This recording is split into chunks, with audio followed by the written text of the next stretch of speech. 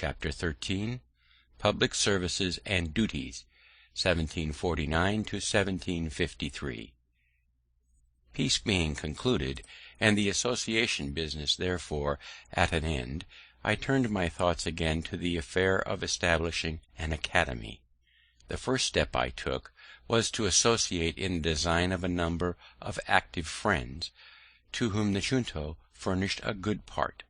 The next was to write and publish a pamphlet entitled Proposals relating to the Education of Youth in Pennsylvania.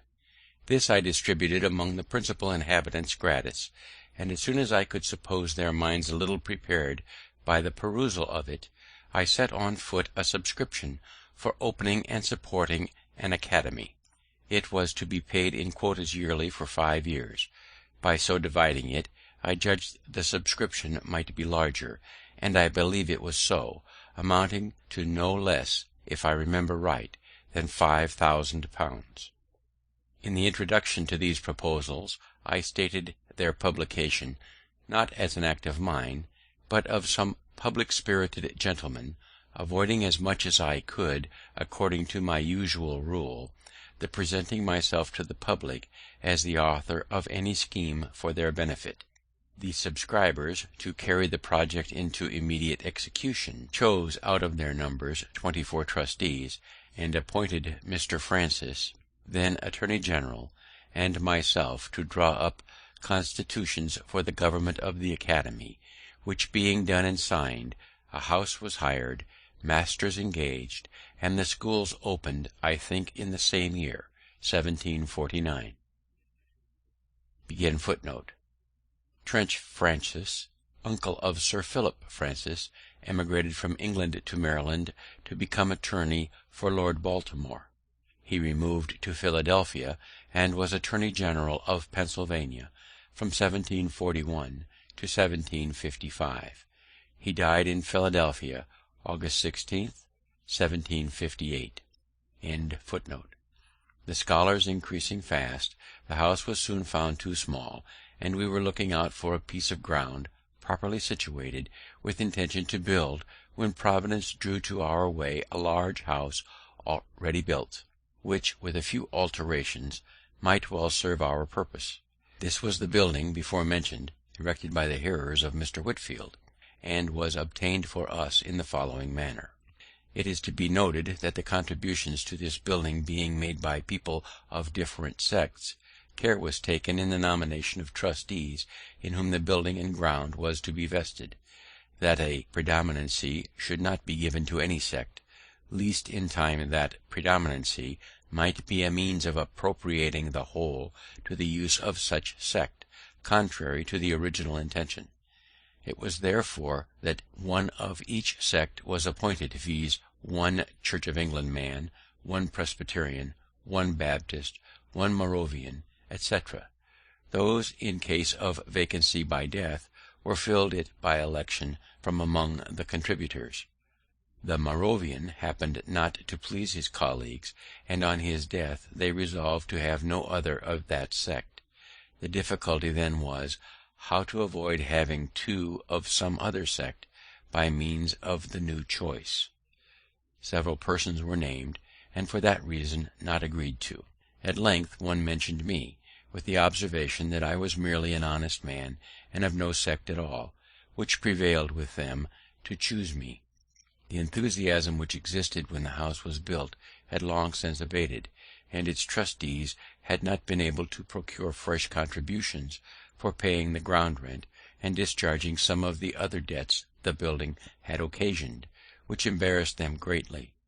Being now a member of both sets of trustees, that for the building and that for the academy, I had a good opportunity of negotiating with both, and brought them finally to an agreement, by which the trustees for the building were to cede it to those of the academy, the latter undertaking to discharge the debt, to keep for ever open in the building a large hall for occasional preachers, according to the original intention, and maintain a free school for the instruction of poor children.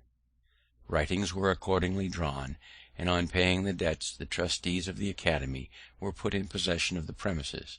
and by dividing the great and lofty hall into stories and different rooms above and below for the several schools, and purchasing some additional ground, the whole was soon made fit for our purpose, and the scholars removed into the building.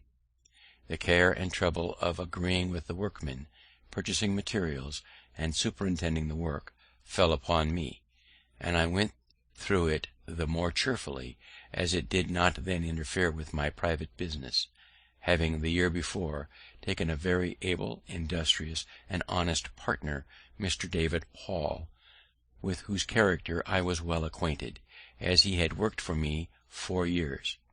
He took off my hands all care of the printing office, paying me punctually my share of the profits. The partnership continued 18 years, successfully for us both.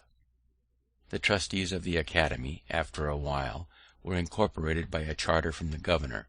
Their funds were increased by contributions in Britain and grants of land from the proprietaries, to which the Assembly had since made considerable addition, and thus was established the present University of Philadelphia. I have been continued one of its trustees from the beginning, now near 40 years, and have had the very great pleasure of seeing a number of the youth who have received their education in it distinguished by their proven abilities, serviceable in public stations, and ornaments to their country. The institution was later called the University of Pennsylvania. When I disengaged myself, as above mentioned, from private business, I flattered myself that, by the sufficient though moderate fortune I had acquired, I had secure leisure during the rest of my life for philosophical studies and amusements. I purchased all of Dr. Spence's apparatus, who had come from England to lecture here, and I proceeded in my electrical experiments with great alacrity; but the public, now considering me as a man of leisure, laid hold of me for their purposes. Every part of our civil government, and almost at the same time, imposing some duty upon me. The governor put me into the commission of the peace, the corporation of the city chose me of the common council, and soon after an alderman, and the citizens at large chose me a burgess to represent them in assembly. This latter station was more agreeable to me, as I was at length tired with sitting there to hear debates in which, as clerk, I could take no part, and which were often so unentertaining that I was induced to amuse myself with making magic squares or circles, or anything to avoid weariness, and I conceived my becoming a member would enlarge my power of doing good. I would not, however, insinuate that my ambition was not flattered by all these promotions. It certainly was, for, considering my low beginning, they were great things to me, and they were still more pleasing, as being so many spontaneous testimonies of the public good opinion, and by me entirely unsolicited. The office of Justice of the Peace I tried a little, by attending a few courts, and sitting on the bench to hear cases, but finding that more knowledge of the common law than I possessed was necessary to act in that station with credit, I gradually withdrew from it, excusing myself by being obliged to attend the higher duties of a legislature in the Assembly. My election to this trust was repeated every year for 10 years, without my ever asking any elector for his vote, or signifying, either directly or indirectly, any desire of being chosen. On taking my seat in the House, my son was appointed their clerk.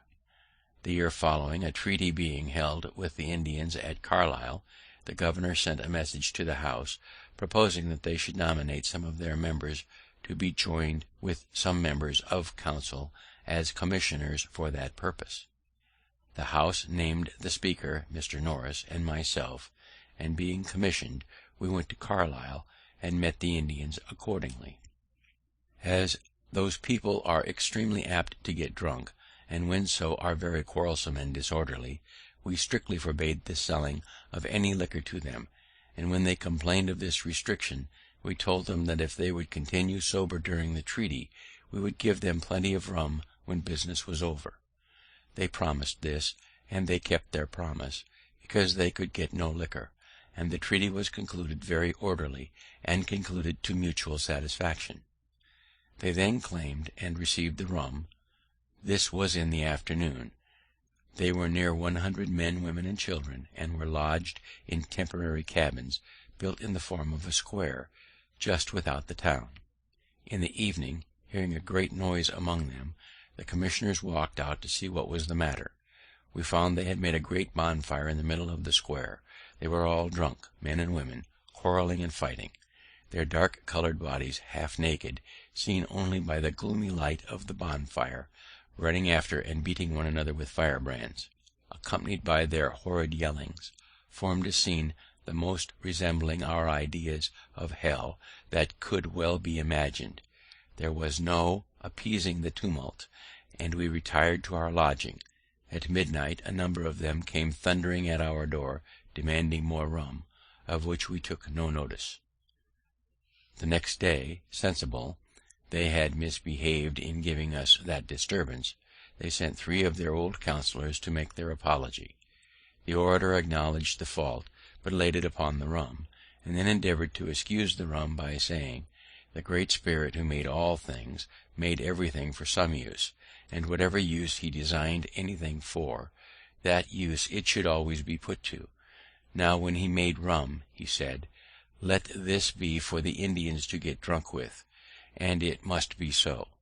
And indeed, if it be the design of Providence to extirpate these savages in order to make room for cultivators of the earth, it seems not improbable that rum may be the appointed means. It has already annihilated all the tribes who formerly inhabited the sea coast. In 1751, Dr. Thomas Bond, a particular friend of mine, conceived the idea of establishing a hospital in Philadelphia, a very beneficent design which has been ascribed to me, but was originally his, for the reception and cure of poor sick persons, whether inhabitants of the province or strangers. He was zealous and active in endeavouring to procure subscriptions for it, but the proposal being a novelty in America, and at first not well understood, he met but with small success. At length he came to me with the complaint that he found there was no such thing as carrying a public-spirited project through without my being concerned in it. For, says he, I am often asked by those to whom I propose subscribing, have you consulted Franklin upon this business, and what does he think of it? And when I tell them that I have not, supposing it rather out of your line, they do not subscribe, but say they will consider of it. I inquire into the nature and probable utility of his scheme, and received from him a very satisfactory explanation. I not only subscribed to it myself, but engaged heartily in the design of procuring subscriptions from others. Previously, however, to the solicitation, I endeavoured to prepare the minds of the people by writing on the subject in the newspapers, which was my usual custom in such cases, but which he had omitted. The subscriptions afterward were more free and generous, but beginning to flag. I saw they would be insufficient without some assistance from the Assembly, and therefore proposed to petition for it, which was done. The country members did not at first relish the project. They objected that it could only be serviceable to the city, and therefore the citizens alone should be at the expense of it, and they doubted whether the citizens themselves generally approved of it. My allegation, on the contrary, that it met with such approbation as to leave no doubt of our being able to raise £2,000 by voluntary donations, they considered as a most extravagant supposition, and utterly impossible. On this I formed my plan, and asked leave to bring a bill for incorporating the contributions according to the prayer of their petition, and granting them a blank sum of money, which leave was obtained chiefly on the consideration that the House would throw the bill out if they did not like it. I drew it so as to make the important clause a conditioned one, viz., and be it enacted by the authority aforesaid, that when the said contributions shall have met and chosen their managers and treasurer, and shall have raised by their contributions a capital stock of blank value, the yearly interest of which is to be applied to the accommodating of the sick poor in the said hospital, free of charge, for diet, attendance, advice, and medicines. and shall make the same appear to the satisfaction of the Speaker of the Assembly for the time being, that then it shall and may be lawful for the said Speaker, and he is hereby required, to sign an order on the provincial treasurer for the payment of £2,000 in 2 yearly payments to the treasurer of the said hospital, to be applied to the founding, building, and furnishing of the same. The condition carried the bill through, for the members who had opposed the grant, and now conceived they might have the credit of being charitable without the expense, agreed to its passage, and then, in soliciting subscriptions among the people, we urged the conditional promise of the law as additional motive to give, since every man's donation would be doubled. Thus the clause worked both ways. The subscriptions soon exceeded the requisite sum, and we claimed and received the public gift, which enabled us to carry the design into execution. A convenient and handsome building was soon erected. The institution has by constant experience been found useful, and flourishes to this day, and I do not remember any of my political manoeuvres, the success of which gave me at the time more pleasure, or wherein, after thinking of it, I more easily excused myself for having made some use of cunning. It was about this time that another projector, the Reverend Gilbert Tennent, came to me with a request that I would assist him in procuring a subscription for erecting a new meeting house. It was to be for use of a congregation he had gathered among the Presbyterians, who were originally disciples of Mr. Whitefield. Unwilling to make myself disagreeable to my fellow citizen by too frequent soliciting their contributions, I absolutely refused. He then desired I would furnish him with a list of names of persons I knew by experience to be generous and public-spirited. I thought it would be unbecoming in me, after their kind compliance with my solicitations, to mark them out to be worried by other beggars, and therefore refused also to give him such a list. He then desired I would at least give him my advice. That I will readily do, said I, and in the first place I advise you to apply to all those whom you know will give something; next, to those whom you are uncertain whether they will give anything or not, and show them the list of those who have given; and, lastly, do not neglect those who you are sure will give nothing, for in some of them you may be mistaken. He laughed and thanked me, and said he would take my advice. He did so, for he asked of everybody, and he obtained a much larger sum than he expected, with which he erected the capacious and very elegant meeting house that stands in Arch Street. Gilbert Tennent, 1703 to 1764, came to America with his father, Reverend William Tennent, and taught for a time in the Log College, from which sprang the College of New Jersey. Our city, though laid out with a beautiful regularity, the streets large, straight, and crossing each other at right angles, had the disgrace of suffering those streets to remain long unpaved, and in wet weather wheels of heavy carriages ploughed them into a quagmire, so that it was difficult to cross them, and in dry weather the dust was offensive. I had lived near what was called the Jersey Market, and saw with pain the inhabitants wading in mud while purchasing their provisions. A strip of ground down the middle of that market was at least paved with brick, so that, being once in the market, they had firm footing, but were often over shoes in dirt to get there. By talking and writing on the subject, I was at length instrumental in getting the street paved with some stone between the market and the bricked foot pavement that was on each side next to the houses. This for some time gave an easy access to the market, dry shod, but the rest of the street not being paved, whenever a carriage came out of the mud upon the pavement, it shook off and left its dirt upon it, and it was soon covered with mire, which was not removed, the city as yet having no scavengers.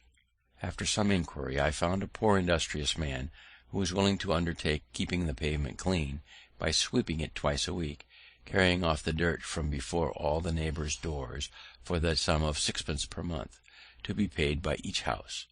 I then wrote and printed a paper setting forth the advantages to the neighbourhood that might be obtained by this small expense, the greater ease in keeping our houses clean, so much dirt not being brought in by people's feet, the benefit of the shops by more custom, etc., etc., as buyers could more easily get at them, and by not having, in windy weather, the dust blown in upon their goods, etc., etc.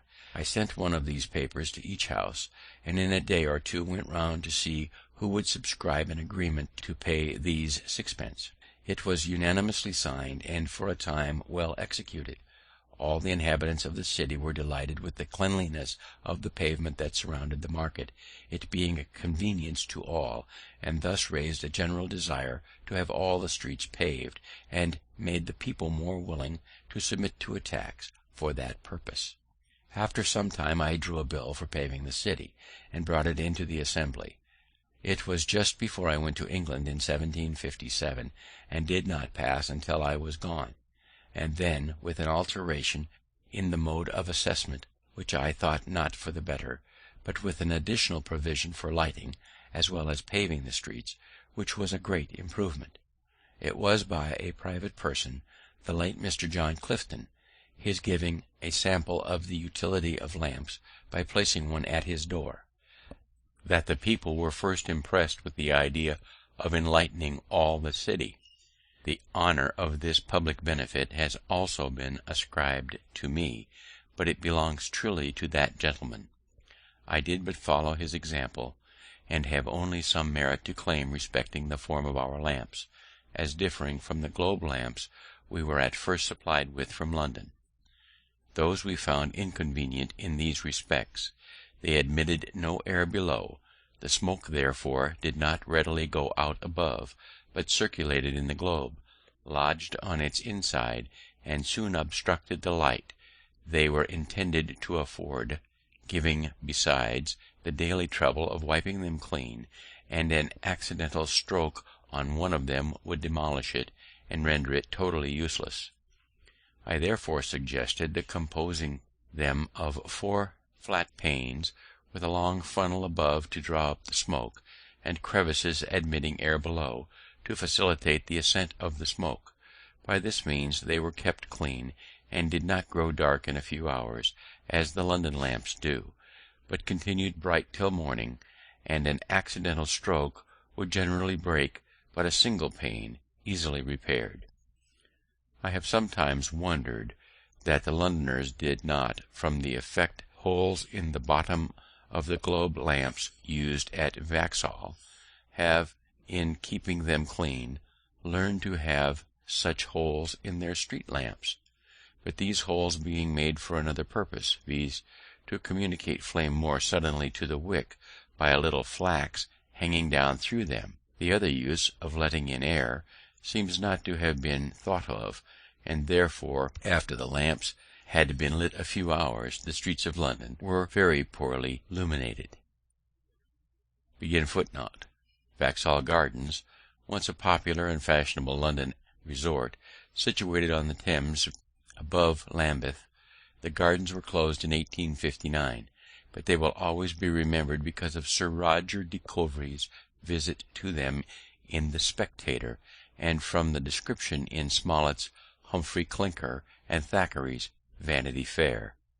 The mention of these improvements puts me in mind of one I proposed when in London to Dr. Fothergill, who was among the best men I have known, and a great promoter of useful projects. I had observed that the streets, when dry, were never swept, and the light dust carried away, but it was suffered to accumulate till the wet weather reduced it to mud, and then, after lying some days so deep on the pavement that there was no crossing but in paths kept clear by poor people with brooms, it was with great labour raked together and thrown up into carts open above, the sides of which suffered some of the slush at every jolt on the pavement to shake out and fall, sometimes to the annoyance of foot passengers. The reason given for not sweeping the dusty streets was, that the dust would fly into the windows of shops and houses. An accidental occurrence had instructed me how much sweeping might be done in a little time. I found at my door in Craven Street one morning a poor woman sweeping my pavement with a birch broom. She appeared very pale and feeble, and just come out of a fit of sickness. I asked who employed her to sweep there. She said, "Nobody, but I am very poor and in distress, and I sweeps before gentlefolks' doors, and hopes they will give me something." I bid her sweep the whole street clean, and I would give her a shilling. This was at 9 o'clock. At 12 she came for the shilling. From the slowness I saw at first in her working, I could scarce believe that the work was done so soon, and sent my servant to examine it, who reported that the whole street was swept perfectly clean, and all the dust placed in the gutter, which was in the middle, and the next rain washed it quite away, so that the pavement and even the kennel were perfectly clean. I then judged that, if that feeble woman could sweep such a street in 3 hours, a strong active man might have done it in half the time. And here let me remark the convenience of having but one gutter in such a narrow street running down its middle, instead of two, one on each side, near the footway, for where all the rain that falls on a street runs from the sides and meets in the middle, it forms there a current strong enough to wash away all the mud it meets with. But when divided into two channels, it is often too weak to cleanse either, and only makes the mud it finds more fluid, so that the wheels of carriages and feet of horses throw and dash it upon the foot pavement, which is thereby rendered foul and slippery, and sometimes splash it upon those who are walking. My proposal, communicated to the good doctor, was as follows: for the more effectual cleaning and keeping clean the streets of London and Westminster, it is proposed that the several watchmen be contracted with to have the dust swept up in dry seasons, and the mud raked up at other times, each in their several streets and lanes of his round, that they be furnished with brooms and other proper instruments for these purposes, to be kept at their respective stands, ready to furnish the poor people they may employ in the service; that in the dry summer months the dust will all be swept up into heaps at proper distances before the shops and windows of houses are usually opened, when the scavengers with close covered carts shall also carry it away; that the mud, when raked up, be not left in heaps to be spread abroad again by the wheels of carriages and trampling of horses, but that the scavengers be provided with bodies of carts, not placed high upon wheels, but low upon sliders, with lattice bottoms, which, being covered with straw, will retain the mud thrown into them, and permit the water to drain from it. Thereby it will become much lighter, water making the greatest part of its weight, and these bodies of carts to be placed at convenient distances, and the mud brought to them in wheelbarrows, by remaining there placed till the mud is drained, and the horses brought to draw them away. I have since had doubts of the practicability of the latter part of this proposal, on account of the narrowness of some streets, and the difficulty of placing the draining sleds so as not to encumber too much of the passage; but I am still of opinion that the former, requiring the dust to be swept up and carried away before the shops are open, is very practicable in the summer, when the days are long; for in walking through the Strand and Fleet Street one morning at 7 o'clock, I observed there was not one shop open, though it had been daylight and the sun up above 3 hours. The inhabitants of London, choosing voluntarily to live much by candlelight and sleep by sunshine, and yet often complain, a little absurdly, of the duty on candles and the high price of tallow. Some may think these trifling matters not worth minding or relating, but when they consider that though dust blown into the eyes of a single person, or into a single shop on a windy day, is but of small importance, yet the greater number of the instances in a populous city, and its frequent repetitions, give it weight and consequence, perhaps they will not censure very severely those who bestow some attention to affairs of this seemingly low nature. Human felicity is produced not so much by great pieces of good fortune that seldom happen, as by little advantages that occur every day. Thus, if you teach a poor young man to shave himself and keep his razor in order, you may contribute more to the happiness of his life than in giving him 1,000 guineas. The money may be soon spent, the regret only remaining of having foolishly consumed it, But in the other case he escapes the frequent vexation of waiting for barbers, and of their sometimes dirty fingers, offensive breaths, and dull razors. He shaves when most convenient to him, and enjoys daily the pleasure of its being done with a good instrument. With these sentiments I have hazarded the few preceding pages, hoping that they may afford hints which some time or other may be useful to a city I love, having lived many years in it very happily, and perhaps to some of our towns in America.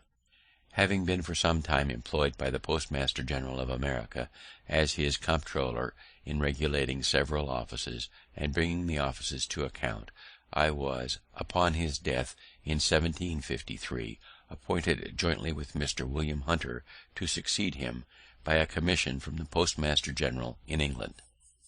The American office never had hitherto paid anything to that of Britain. We were to have £600 a year between us, if we could make that sum out of the profits of the office.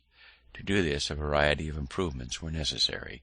Some of these were inevitably at first expensive, so that in the first 4 years the office became above £900 in debt to us. But it soon after began to repay us, and before I was displaced by a freak of the ministers, of which I shall speak hereafter, we had brought it to yield 3 times as much clear revenue to the crown as the post office of Ireland. Since that imprudent transaction, they have received from it not 1 farthing. The business of the post office occasioned my taking a journey this year to New England, where the College of Cambridge, of their own motion, presented me with the degree of Master of Arts. Yale College, in Connecticut, had before made me a similar compliment. Thus, without studying in any college, I came to partake of their honours. They were conferred in consideration of my improvements and discoveries in the electric branch of natural philosophy. Chapter 13.